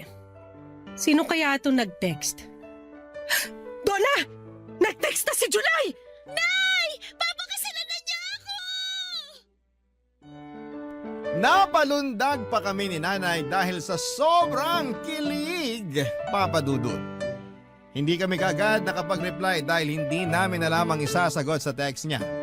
Nagtanong lang naman si July kung hanggang anong oras dumadaan ang jeep sa amin. Makalipas ang 1 oras nakapag-reply na ako. Tinuro ko kung saan magandang sumakay ng jeep at kung hanggang anong oras lamang yon nagbabiyahe sa amin. Binigay ko na rin ang number ng tito ko na isang tricycle driver kung sakaling gusto niyang magpahatid. Tinulungan ko siya sa lahat ng kailangan niya para makita niya ang karapat dapat akong dalaga para sa kanya. Matipid lang naman ang mga sinagot niya sa akin. Kahit maala nobela ang haba ng mga sagot ko sa kanya. Ayos lang yon sa akin, ang importante, Papa Dudut, ay tinext pa rin niya ako. Hindi ko na nga gustong bitawan noon ang cellphone ni nanay kung hindi lang tumawag ang kumare niya. Kinabukasan, maaga ako nagtungo sa palengke para bumili ng bulaklak. Marami na akong inikutan pero wala akong natipuhang bulaklak na babagay para kay July. Inuna ko nang bumili ng tingi-tinging candy. Magkakahalo ang tsokolating bilog at ibang matatamis na candy na kahulma ng mga bulaklak na binalutan pa ng asukal. Nang sa wakas ay makakita na ako ng puting rosas na ibinigay ko kay July. Sakto namang napansin kong nahulog ko ang perang ipangbibili ko ng bulaklak. Konti na lang ang natira sa akin, Papa Dudut. Nalungkot ako dahil hindi ako nakabili ng rosas. Pauwi na sana ako nang mapadaan ako sa bentahan ng gulay. Nakita ko rong ang madidilaw na bulaklak ng kalabasa. Mas sariwa pa kesa sa rosas na una kong nakita. Nagtanong ako sa presyo noon at sakto yon sa naiwang pera sa akin, Papa Dudut. Kaya naman walang pag-aatubiling binili ko yon. At saka nagmadali nang sumakay ng jeep pabalik sa barangay namin, Papa Dudut. Barangay Love Stories. Barangay Love Stories. Papa Dudut, nagmadali akong bumalik sa bahay dahil napagpawisan ako sa palengke. Kinailangan kong magpalit ng damit at mag-ayos. Binabad ko muna sa garapon na may tubig ang nabili kong bulaklak ng kalabasa. Nagmadali na akong maligo at magpahid ng lotion. Pinuntahan ko rin ang kwarto ni nanay para makigamit ng lipstick niya at pulbos. Wala si nanay noon, nagsimba siya kasama ang kumare niya. Alam kong pinagtirik din niya ako ng kandila para mapabilis ang pagsagot sa akin ni July. Nung makapag-ayos na ako ay nilapitan ko ang altar namin para humingi ng tulong sa Diyos. Para lakasan ang loob ko sa gagawin kong panliligaw kay July. Medyo nanginginig pa ako noon dahil parang gusto ko nang umatras. Kaso kapag naaalala ko ang kwento ng pag-iibigan ni nanay at tatay ay nabubuhayan akong muli ng loob. Nagkape muna ako para masigurado lang na malakas ang loob ko kapag hinarap ko si July, Papa Dudut. Inabangan ko ngang makabalik si nanay para mapalakas pa nito ang loob ko. Kaya lang ay naubos ko na ang kape at nahuhulas na ang pulbos ko ay wala pa rin si nanay. Kaya nagpasya akong sugurin na ang bahay ni na July. Bitbit ang bulaklak ng kalabasa. Dahan-dahan ako naglakad patungo sa bahay ni na July. Ayokong tumakbo dahil baka mahulas ang pulbos ko sa mukha. Saka para hindi agad kumupas ang baby cologne na ibinudbud ko sa damit at kilikili ko. Nang makarating na ako sa harapan ng bahay nila ay nag-alangan akong kumatok. Ang dami kong in-overthink. Paano kung allergic pala siya sa bulaklak ng kalabasa? Paano kung ayaw niya sa amoy ng baby cologne? Paano kung ayaw niya sa babaeng nagpupulbos ng mukha? Nasa ganitong pag-iisip ako, Papa Dudut, nang bigla na lamang bumukas ang pintuan at niluwa noon si July. Papa Dudut.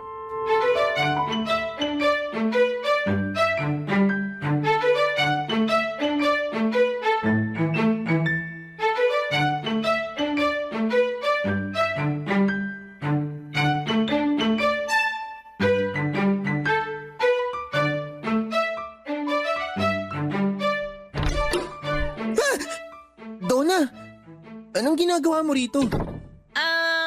Dinadalaw ka? Parang di ka sigurado ah. Dinadalaw ka! Wala naman akong sakit para dalawin. Gusto ko lang sanang bigyan ka ng bulaklak ng kalabasa Oh, wow! Para saan? para manligaw? Parang di ka ulit sigurado. Ligaw! Teka, joke ba to? O hindi ah! May kasama pa nga candy tong bulaklak ng kalabasa kaso naiwan ko sa bahay. Pwede kong balikan para makita mong seryoso talaga ako sa'yo. Sandali. Gusto mo talaga akong ligawan? Oo! Wala namang magagalit, di ba? Hindi ka ba pagagalitan ng nanay mo? Kababae mong tao pero ikaw yung manliligaw?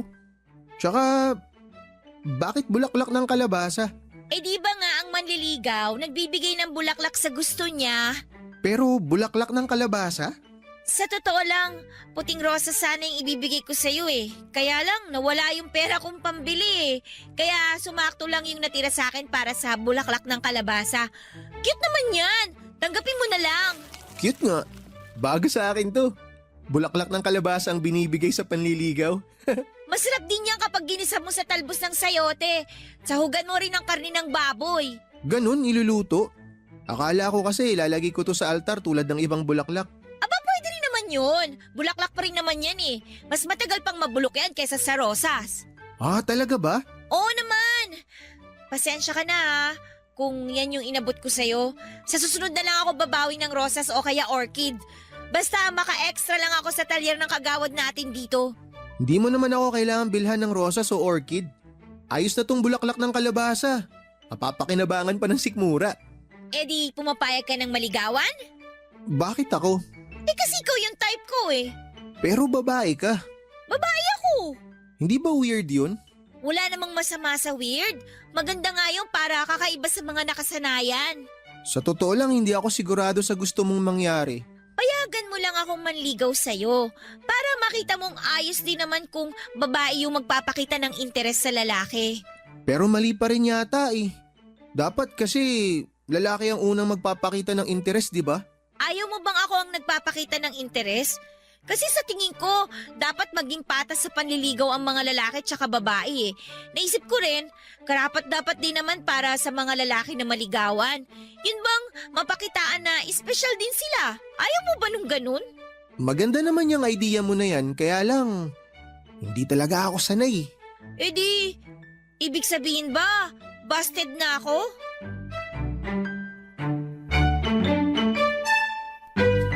Papa Dudut, hindi naman umimik si July sa tanong ko. Pinagmasdan ko lamang ang mukha niya. Hindi ko mabasa kung ano ang laman ng isipan niya. Inulit ko ang tanong ko sa kanya pero ang tanging sinagot lamang niya ay kailangan niyang pumunta ng plaza dahil gusto niyang bumili ng scramble at kikiam. Inaya niya akong sumama sa kanya at natuwa ako. Bit-bit pa rin niya ang bulaklak ng kalabasa at sabay na nga kaming naglakad patungo sa plaza. Malapit lang naman yon sa bahay nila. Kaya mabilis din kaming nakarating. Nilibre niya ako ng scramble at kikiam. Naupo kami sa sulok habang kinakain ang mga yon.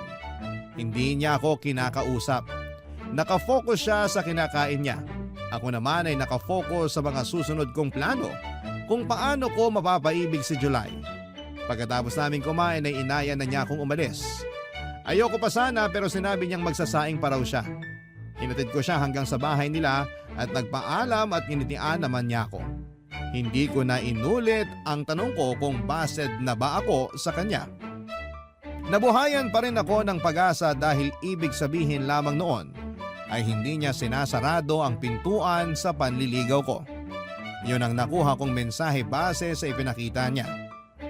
Masaya akong umuwi ng bahay at nakwento ko nga agad kay nanay ang nangyari. Pinalipas ko ang ilang araw, bumili ako ng bulaklak ng kalabasa. Kahit may pangbili naman ako ng rosas dahil nakapag-extra na ako sa talyer ng kagawad namin. Mas pinili kong bilhan pa rin siya ng bulaklak ng kalabasa dahil alam kong natuwa siyang sa pagiging praktikal ng ideya na yon. Nagtungo ako sa bahay nila.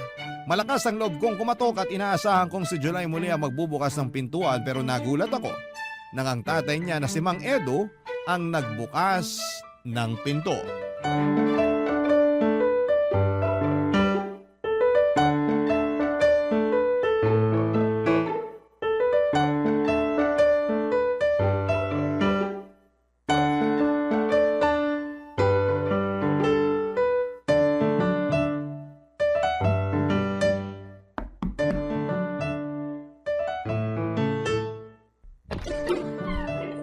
Sino ka? Donna po, kayo po ba si Mang Edu? Ako nga. Paano mo ako nakilala? Sikat po kayo ni July dito sa barangay natin. Ganun po talaga kapag bagong salta. May kailangan ka ba? Ah, yung anak niyo po sana? Si July. Hindi mo siya naabutan. Kaalis lang din kanina. Pinapunta ko sa palengke para bumili ng hapunan namin. Oh, ganun po ba? Pwede ko po ba siyang hintayin? Mukhang matatagalan pa yun. Nagpaalam sa akin na maglilibot daw sa bayan. Sayang naman. Dala po ba niya yung cellphone niya? Dala naman, kaya lang walang load yun ngayon. Pwede niyo po ba siyang i-text na nandito ako sa inyo para umuwi na po siya? Matanong nga kita, Iha. Sino ka ba? Donna nga po. Nasabi ko na naman po sa inyo kanina, di ba? Ang ibig kong sabihin, ano ka ba ni July? Ngayon lang kasi kita talaga nakita. Wala ring nakakwento tungkol sa iyo ang anak ko. Ah, hindi pala niya nasabi sa inyo. Nobya ka ba niya? Ay, hindi pa po. Hindi pa. Ibig sabihin ba niyan nililigawan ka niya? Hindi rin po. Nagkakamabutihan naman ba kayo? Naguguluhan na ako.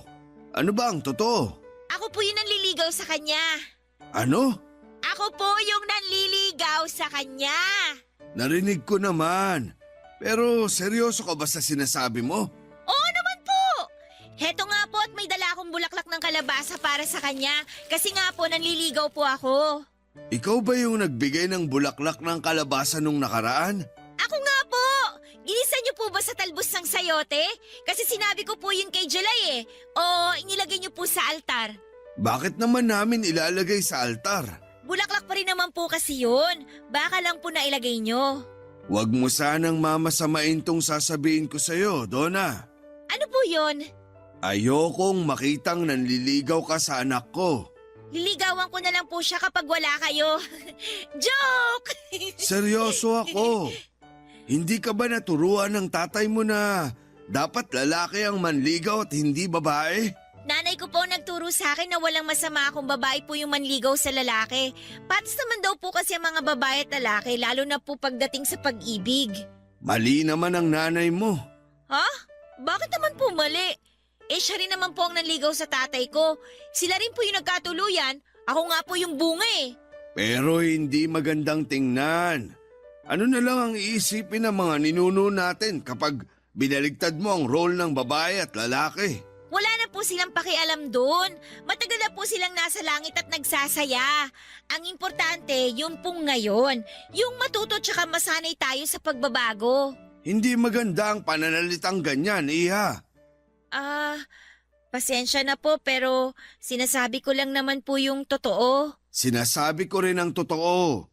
Ayokong maaligid ka sa anak ko para manligaw.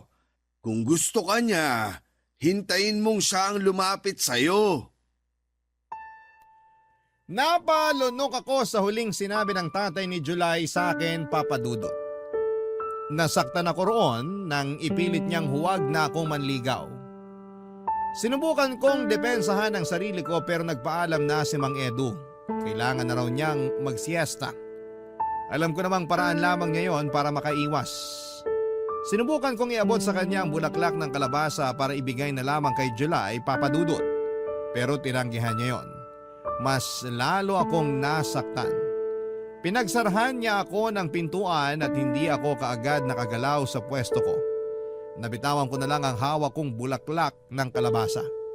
Hindi ako kaagad umalis sa harapan ng bahay nila at naiyak na ako noon pero kinailangan kong lakasan ang loob ko para ipakita sa mga ninuno ko na hindi ako talunang babae. Dinampot ko ang bulaklak ng kalabasa at nagmadaling umalis sa bahay nila July, Papa Dudut. Hindi muna ako umuwi ng bahay at nagtungo muna ako sa plaza kung saan kami kumakain ni July ng scramble at kikiam. Nagtungo ako roon para magdasal. Mas malawak kasing tingnan ang kalangitan sa plazang yon. Kaya naisip kong makikita ko kaagad ng Diyos kapag nanalangin ako roon. Mataimtim akong nagdasal, Papa Dudut, at humiling na sana ay magbago ang isipan ng Mang Edu tungkol sa panliligaw ko sa anak niya. Hindi ko na malaya na naglalakbay na ang isipan ko sa negatibo. Tuloy-tuloy na binubulungan ako ng utak ko na tama si Mang Edu. Dapat ko nang itigil ang panliligaw ko kay July dahil hindi yon tama para sa isang babaeng katulad ko. Hindi nagpapigil ang mga negatibong ideya sa utak ko hanggang sa namalayan ko na lamang ang sarili ko na sumuko na sa mga yon. Napaiyak na lamang ako, Papa Dudut, at hinayaang malaglag sa lupa ang bulaklak ng kalabasa na hawak ko. Barangay Love Stories. Barangay Love Stories. Tulad ng nabanggit ko noong simula ay sinanay nga ang nanligaw kay tatay, Papa Dudut. Magkaklase sila noon at maraming nagkakagusto kay tatay pero si nanay lang ang naglakas ng loob na lumapit para manligaw. Inunahan na niya ang mga nagbabala kay tatay. Mabilis na nahulog ang loob ni tatay kay nanay, Papa Dudut. Lalo na't lagi siyang hinahatiran ni nanay ng bulaklak ng gumamela at tsampuradong sagana sa evaporada. Doon niya nga totoong nadali si tatay. Hindi naman nila pinagbigay alam sa lahat ng tao na si nanay ang nanligaw kay tatay. Pinalabas pa rin nilang dalawa na si tatay ang nanligaw para hindi kutyain si nanay ng mga kakilala nila. Naging masaya sila sa pag-iibigan nila, Papa Dudut. Natapos ang relasyon ng pag-iibigan nila noong nasa unang taon pa lamang ako ng high school. Pero hindi naman ibig sabihin noon ay hindi na naging totoo ang pagmamahala nila. Siguro nakadikit lang talaga sa pakete nila ang expiration date ng pagsasama nila. Ang kwento ng mga magulang ko ang dahilan kung bakit malakas ang loob kong manligaw kay July. Akala ko kasi ay papayagan ng tadhana na itulad ang love story ng magulang ko sa amin ni July. Pero ang naitulad pala ay yung paghihiwalay nila. Ang masakit pa ay hindi pa man kami nagsisimulang magmahalan ay pinaghiwalay na kami kaagad ng tadhana. Kapag naiisip ko yon noon, nasasaktan ako. Kapag nasasaktan ako ay tumatambay na lamang ako sa plaza para doon ibuga lahat ng sama ng loob ko habang kumakain ng scramble at kikiam. Iniwasan ko na si July. Hindi na ako bumibili ng bulaklak ng kalabasa para sa kanya. Pinagbawalan ko na rin si nanay na bumili noon para ulamin dahil nasasaktan lamang ako kapag nakikita ko yon. Naalala ko kasi ang pag-reject ng tatay ni July sa akin.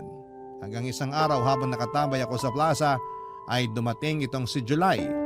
Nilapitan niya ako kaagad. Papa Dudut.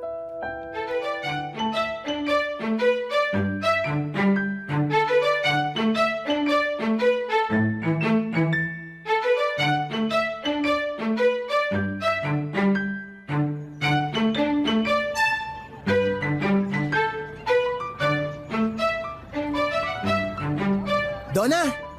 Hindi kita kilala. Wow, suplada! Akala ko ba ikaw yung pinaka-friendly dito sa barangay natin? Ano bang kailangan mo? Wala naman.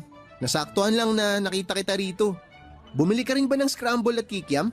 Oo. Huwag ka na rin mag-abalang bumili. Kasi sinimot ko na lahat ng bentang scramble. Ba't ba parang galit ka sa akin? Hindi ako galit sa'yo, no? Hindi ka na dumadalaw sa bahay. Bakit? Mismo? Siguro. Ay, alam mo, hindi ko pala nasabi sa'yo na tama ka. Ang sarap pala ng bulaklak ng kalabasa kapag ginisa. Lalo na pag nilagyan mo ng talbos ng sayote tapos sinahugan mo ng baboy. Ang sarap. Sabi sa'yo eh. Bakit mo ba ako sinusupladahan? Itanong mo sa mapulang talampakan mo. Ayan na naman tayo sa talampakan eh.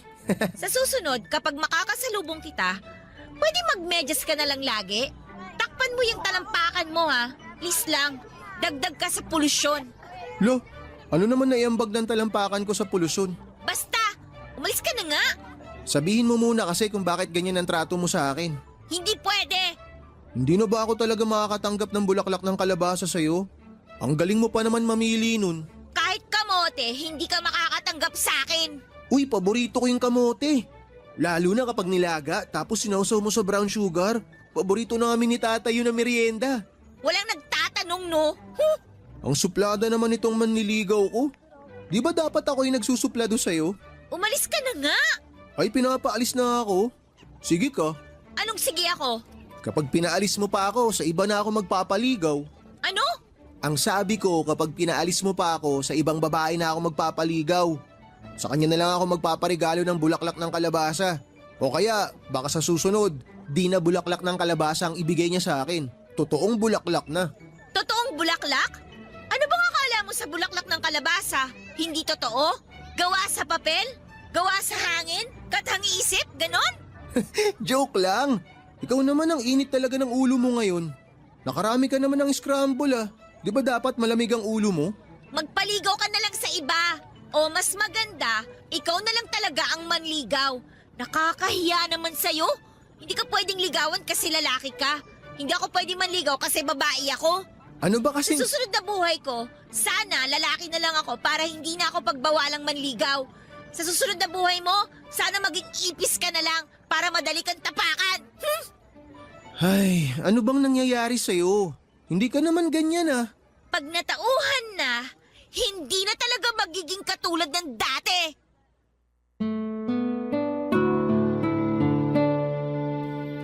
Papadudot madrama ang naging huling linya ko kay July. Mala pelikulang eksena kung saan ay iniwan ng leading lady ang leading man niya. Umaasa ko noon na habulin niya ako pero hindi niya ginawa, Papadudot. Hinayaan niya akong mag-walk out at nainis ako lalo.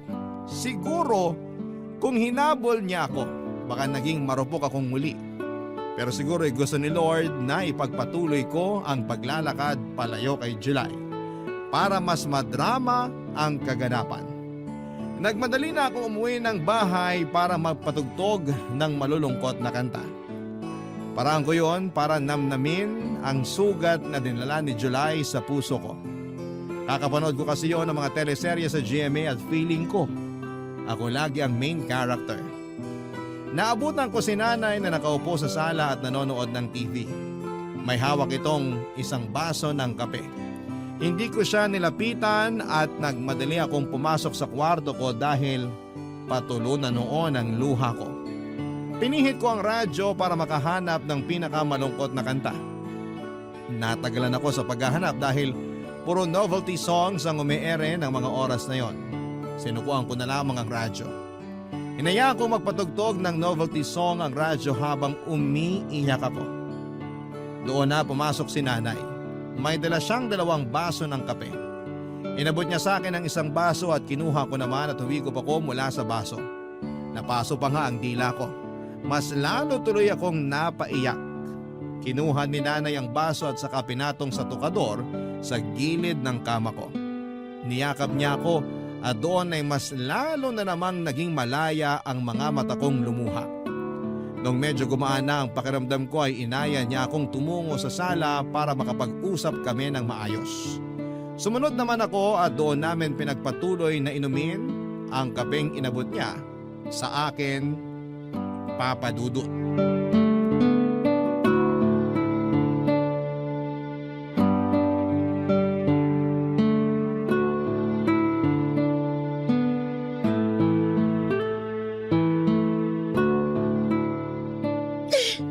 Hindi na ba mainit yung kape mo? Hindi na po nakakapaso. Bakit ka ba umiiyak? Eh si July po kasi eh. Anong ginawa niya sa'yo? Wala naman siyang ginawa. Yung tatay kasi niya. Anong ginawa ng tatay niya? Pinagbawalan niya akong ligawan si July. Kasi hindi raw yun gawain ng isang babae. Ay nako. At nagpadala ka naman. Nakuwento mo ba ang love story namin ng tatay mo? Opo. Pero ayaw daw ng mga ninuno natin na manligaw ako sa lalaki. Hindi raw kasi yun ang nakaugalian. Porkit hindi nakaugalian, mali na agad? Alam ba niyang ayaw ng mga ninuno natin ang baluktot na pag-iisip? Sana na'y nandun ka eh, para may kakampi ako nung pinagalitan ako ni Mang Edu. Pwede ko siyang puntahan ngayon para mapagsabihan. Anong akala niya sa anak niya? Ginto? Teka at may kumakatok. Sige, tuloy mo muna yung pag-iyak dyan. Oh! July! Magandang hapon po, ma'am. Anong ginagawa mo rito? Gusto ko lang po sanang makausap si Donna. Busy siya sa pag-iyak. Bakit po siya umiiyak? Nagtanong ka pa. Malamang binasted mong anak ko. Hindi ko naman po siya binasted eh. Pero pinapabasted siya ng tatay mo sa'yo. Ganon na rin yun. Po? Naku, wala po akong alam dyan. Pwede ko po ba siyang makausap? O pasok ka. Salamat po. Oh, anong ginagawa mo dito? Maiwan ko muna kayo. Lalabas muna ako. Teka, Nay! Mag-uusap kayong dalawa dyan. Silipin mo na rin yung sinaing ko mamaya. Ano ba kasing ginagawa mo dito? Iniwan na kita sa plaza, di ba? Bakit sumunod ka pa dito? Kasi gusto kitang bigyan ng bulaklak ng kalabasa. Ito oh, kabibili ko lang yan sa palengke nung nag-walkout ka. O, kunin mo na. Para saan to? Ba't mo ako binibigyan ng bulaklak ng kalabasa? Regalo ko yan sa'yo kasi manliligaw ako.